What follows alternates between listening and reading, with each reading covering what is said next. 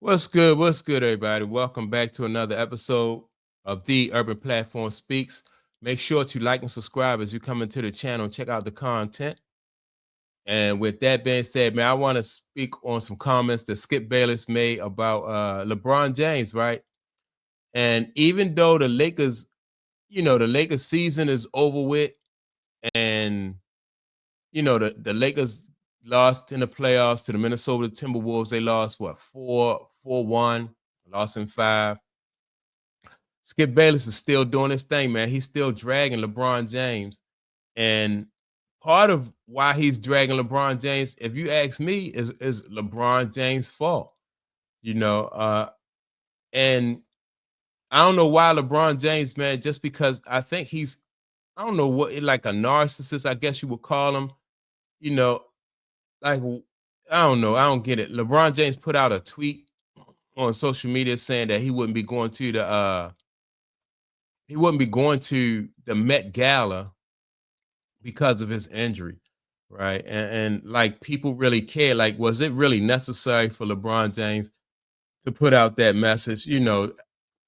People, if he didn't show up to the Met Gala, nobody would have even, it would not have even been an issue, And so, but I want to play what Skip Bayless said about LeBron James and give my comments on that. What do you have to say there? He couldn't even make it to the Met Gala last night. He had to make a statement that I can't go to the Met Gala because of the knee injury that I sustained. I don't know why he just didn't go to the Met Gala. I know what I think. BS. That's what I think also. Total BS. All of a sudden, I did something the other day on another show, but look, if you look at his 6 years as a Laker, he's been wildly unsuccessful as a Laker, except for 2020, pandemic, bubble, Mickey Mouse, Orlando, when he got 4 months off before the playoffs started, which he badly needed. And then most of the other teams didn't want to stay locked in the bubble for 3 months or however long it took. And they were kind of the last team standing. So he's got an asterisk, one last championship. But if you look at the rest of it, it's flame out after epic fail, after flame out, after epic fail. All the way, the last 3 years have been pathetic. He's 2-12 in his last 3 years in the playoffs, 2-12. And he's been horrendous late in games for them over the last 3 years. And this year, they're right there in 3 straight fourth quarters and just collapse. And Luka collapsed right along with him. Maybe he dragged Luka down the rabbit hole too. But again, they were just pathetic in 3 straight fourth quarters. And I agree with you. The other team's just a little better than they are, but they had them. They were, go back to game 4, that they're up 10 going to the fourth quarter at home. That was crazy. Yeah. What? So you heard what Skip had to say. So right here, right? Skip Bayless, he makes some good points about LeBron James. And I just think that if had LeBron James just fade and step back, every time he say something or every time he make a post about something, it's going to be used as content against him. Now, if he's cool with that and he understand that, that's one thing, right? But I think that, LeBron James should just really just learn how to fade in the background, because every time he make a statement, Skip Bayless, every time his head come up, Skip Bayless is going to whack him in it, like that little game they call, what it's called. I think it is called whack-a-mole, right? But all that's, LeBron James tweeting about the Met Gala and going to the Met Gala was unnecessary. People not even really checking for him at the Met Gala. So, but again, he brought up some good points. Ever since he's been with the Lakers, he's got a 2-12 record, in the playoffs. That's just crazy. And when the Lakers did win that championship in the bubble, they was coming off of like 4 months rest, right? And so he really needed that, as Skip Bayless pointed out, because a fresh LeBron, he was a couple years younger than, but even then, a fresh LeBron was just he could really, he was dangerous, and he could help a team win a lot easier. And I don't think in that bubble, I don't think a lot of teams or a lot of players were really motivated to play hard in that bubble because of what was going on, in the world around them.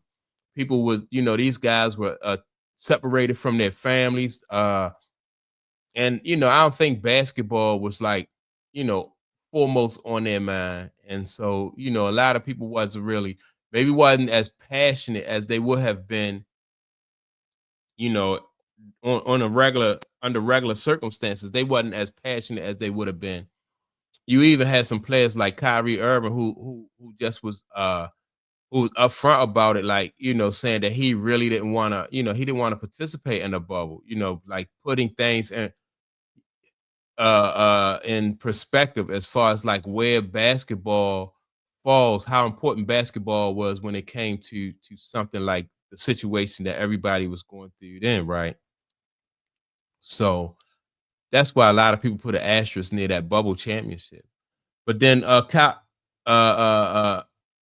Skip Bayless, I don't know if I've been saying Colin, but Skip Bayless also said that he's been terrible late in games.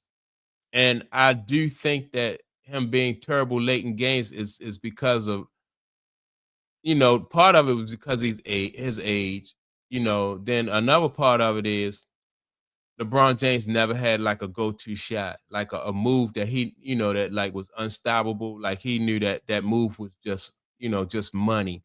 He never had a go-to shot. So late in games, he basically, if he's trying to like bull rush his way to the goal, either draw a foul, get a layup. That's his move late in games. No low post, move with his back to the basket. No fadeaway jumper, or no fadeaway like what Mike and Kobe had. No sky hook, no running hook like what Magic Johnson had. So he never had a go-to move. So if you was able to, teams that are able to prevent him from getting to the basket, a lot of times those teams were able to have success because he's shooting a difficult shot, and he's under that pressure. So that's why he lost 6 out of 10 championships. But yeah, I think that LeBron James, man, so just keep a low profile for a while, because every time he bring his head up, then Skip Bayless just go right at him. And in my opinion, I'm not rooting for people to go at LeBron James, but I think a lot of times you just bring it on itself. Sometimes less is more. Too much exposure sometimes really don't it's just like overexposure sometimes for people in the entertainment business. Artists sometimes just fade back for a while and let their fans miss them for a little bit, and then they generate some interest, right? And then when they come back, people will have that appetite for them. And I think it's the same thing for LeBron. Just fade back for a little bit. Enjoy your time off, because you don't want to be going back and forth with people on social media, or you don't want to be hearing a whole bunch of negative comments. Show people, just do family things, and maybe if you post something on social media, be, with the kids and your wife, y'all on vacation or something like that, let them people, maybe if people saw that side of them. But, nobody want to hear about LeBron James going to Met Gala. Most people probably don't even know what Met Gala is. I don't know what no Met Gala is. I know it's a party. I think it's a party, but, yeah, man, Skip Bayless is not giving LeBron James he's not cutting him no slack at all.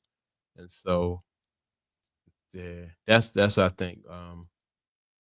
But I think also I just wanted to add too, like the longer that LeBron James played, man, I think the more that it hurt his legacy. Like even the people who support LeBron James really can't, after a while, their argument, is just getting weaker and weaker. LeBron James, in my opinion, is doing everything in his power to